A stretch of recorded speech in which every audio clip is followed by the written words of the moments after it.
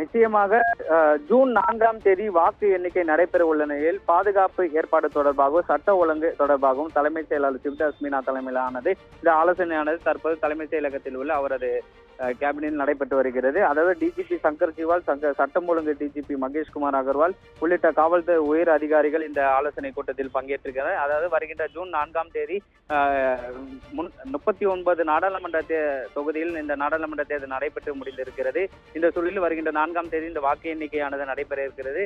அதாவது இந்த வாக்கு எண்ணிக்கை நடைபெறும் சூழலில் பதற்றமான வாக்கு எண்ணிக்கை மையத்தில் கூடுதலாக இந்த காவல்துறை அதிகாரிகள் பாதுகாப்பில் ஈடுபட வேண்டும் என தொடர்ந்து சிவதாஸ் மீனா இந்த ஆலோசனையில் வலியுறுத்தியிருக்கிறார். இதைத் தொடர்ந்து இந்த நாடாளுமன்ற தேர்தல் முடிவு வாக்கு எண்ணிக்கை நடைபெற்று சூழலில் காலை 6 மணி முதல் 7 மணி வரை இந்த தபால் ஓட்டு வாக்கு எண்ணிக்கையானது நடைபெறுகிறது.